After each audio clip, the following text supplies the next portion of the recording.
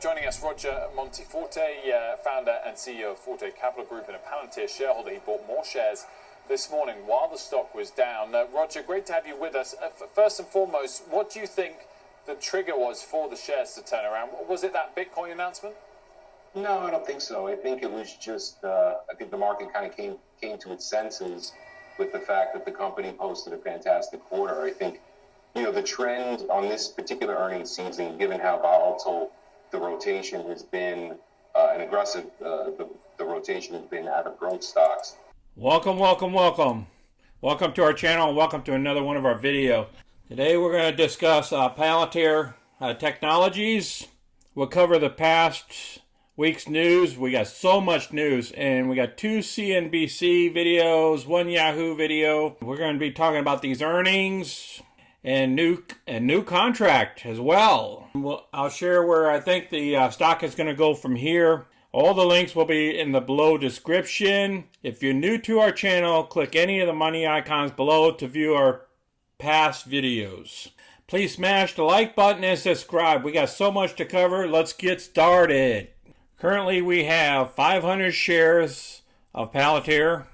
My objective for this week is to pick up another 500 shares to bring down my cost basis and maybe perform a covered call this week as well against this position. I like getting these premiums. Here's a stock over the last 72 hours. The last day of the trading day was Friday, and it did well. It stayed in line with the NASDAQ. You'll see correlation between this stock and the NASDAQ, and I'll discuss that here in a moment. We'll go down here on their earnings. Our earnings did well. We didn't get no upgrades or downgrades. The analyst is still the low 17, the high is 30, the average is 22.43. Let's get to the chart here before I hit all the news. Each one of these ticks represent 1 day. You can see where we dropped off here around, it was about May 5th, but about May 29th, we started dropping. Each day, we started ticking down, all the way until earnings. Then on earnings day, we dipped all the way down here to around $18.75, and then we finished the day up to $20 and almost 10 cents. And then we dipped a little bit lower, and then we dipped a little bit lower the next day, give a little bit back, that you could have bought it again at $18.37, and then we bounced back up on Friday, back up to $20. That's the trend right now. Now, I want to show you what the NASDAQ looks like. The same thing happened to the NASDAQ.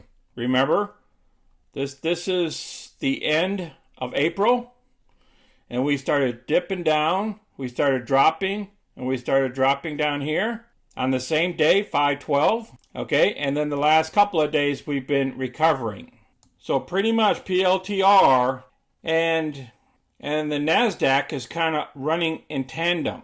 Okay, so you see that correlation that I was trying to show you. Now, what I do like, what's going on now, let's go to the 15-minute chart. Here, oh, this is very impressive here. All right, remember the blue is the 50-day and the red is the 200-day. So the critical point, what we need to do is we need to pass through the 200-day with the 50-day so we can go to the bullish trend. So what happened here on 5/14 is we started going higher.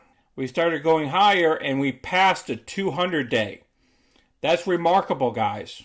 Now what we got to do is got to get the 50-day to pass this 200-day line. And I believe it's going to happen this week because we cross this 200-day moving average. The 50-day will automatically cross. When that happens, I'm buying more. I want to pick up another 500 more shares, and then I'm going to perform a covered call against it. I'm going to average down and pare down my position. We got to watch the NASDAQ, and we got to watch PLTR. Now, before we go any further, let's listen to this gentleman further, and then we'll critique that. I have a lot more news coming ahead. I think the kind of knee-jerk reaction was to simply, sell the news. I think, but as investors in the street had time to take a look at the numbers and really do a deeper dive, they realized that this quarter was actually phenomenal. And as a result, I think, the action shows that in the price over the course of the day. So you were buying more shares this morning? Yeah, absolutely. I actually stepped in pre-market and bought some shares. considerably lower than where it is right now, under $17. When we look at this quarter, we think it really highlights the scalability and profitability of the business. Q1 revenues are up 49%, operating margins are up 34%, but I think the big takeaway from this number that you have to look at is the adjusted free cash flow, $51 million versus a loss of $28 million.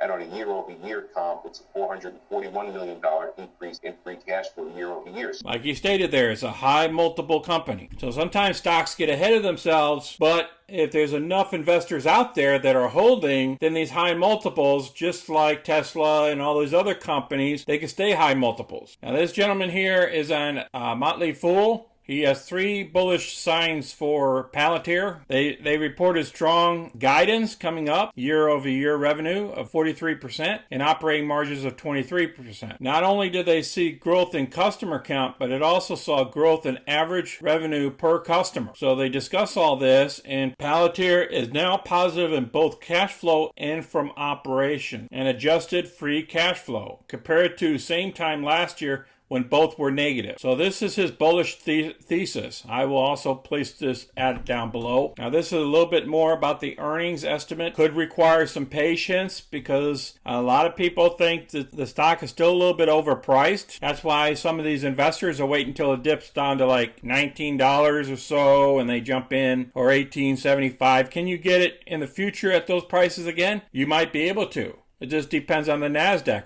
He's going to tell you the same thing about the Q1 results here that we just heard. They talk about the advantages of the top 20 customers. The Wall Street take, they have 2 buys, 3 holds, and 4 sells, lagging over the past 3 months. The average target price they're stating right now is $21.75. They talk about their platform, and right now the Wall Street is not particularly interested in growth plays, especially those with high valuations. Here we go. We got high valuations again we're talking about. Consider that Palantir is trading at about 17 times sales, even with the recent drop-off in the stock price. Therefore, it might be best to hold off and wait for things to settle before making a purchase. That's why we have to watch the NASDAQ. We got to make sure the NASDAQ recovers before we jump in and buy some more shares. And the fast money folks, I got a videotape on them too coming up here. Okay, this is a transcript of the earnings, which everybody was bragging about. They didn't like the little bit of extra losses that they had, but it's no big deal. I will also place this down below. Now, this is the contract that they picked up this past week. It's this company called Celerity. They're a medical company. They're right underneath $1 billion. They have their own stock and everything on the market. So let's listen to what they have to say. Introducing artificial intelligence into its pursuit of cancer treatments with patented cellular medicine. The company is also going through a de-SPACing process, which is really just the next step in merging with a SPAC. Joining us now is Dr. Robert Hariri, Celularity CEO. We're also joined by our healthcare correspondent, Anjali Kamlani. Dr. Hariri, good to have you here on the show. Let's start with this partnership with Palantir. What will you be able to do now that you've partnered with this company? And I'm also curious if they've taken an equity stake in Celularity. Well, first of all, thank you very much for having me. As you know, Palantir is an absolute world leader. Okay, now we're talking, this doctor is basically the CEO or the founder of this company, and they're going to talk about their relationships.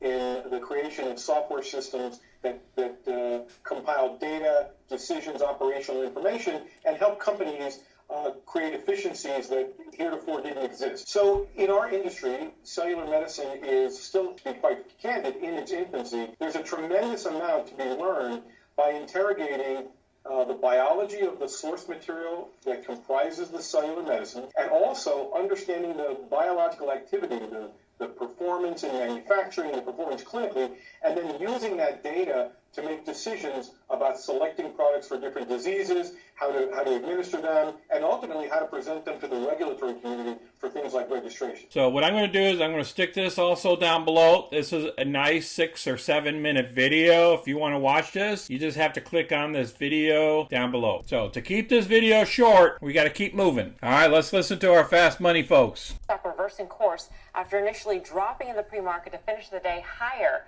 by more than 10%.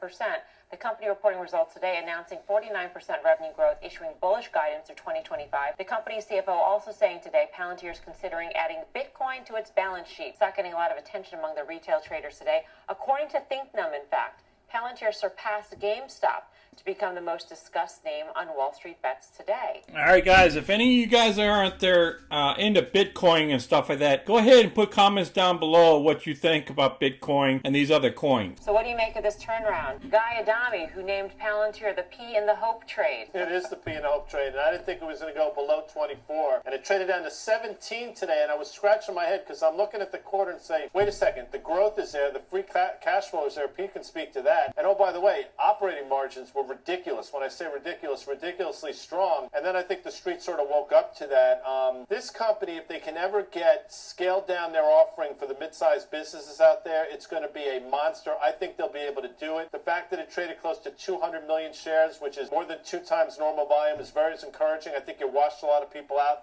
I love the price action today, and I think the stock continues to go higher. Karen, what do you think? Yeah. All right, now, Guy, if you watch Fast Money a lot, normally Guy is not as conservative as Karen's going to be here, because Karen, she's in charge of a lot of investors' money, and they're more conservative, all their investments. So you're gonna hear something remarkable that's gonna happen when Karen talks, and normally she doesn't get into these high flyers. Well, this is one of the few high flyer in terms of valuation that I am long. Even with today's rally, I think I'm not at the bottom around 24, so I'm already deeply in the hole. I agree with Guy. I thought it was a really good quarter. She got into this stock at $24 a share, guys and gals out there. $24 a share because he believed in this company. She don't dip into companies like this. Was surprised how it sort of open, but the whole whoosh down was pretty strong. You know, I think the only weak spot, not only, but a main weak spot was international, which I think is a little further behind than we are, so I expect to see good growth there. The U.S. growth was fantastic. I like it. I chickened out. I didn't buy more. Appreciate you guys watching the video today. Please share these videos with others, and please smash the like button so other people can see our videos, and subscribe for future content. If you guys got any comments, please place them below. You guys enjoy your weekend. You guys be safe out there. You guys take care, and we'll talk to y'all later. If this is Sunny, I'm out.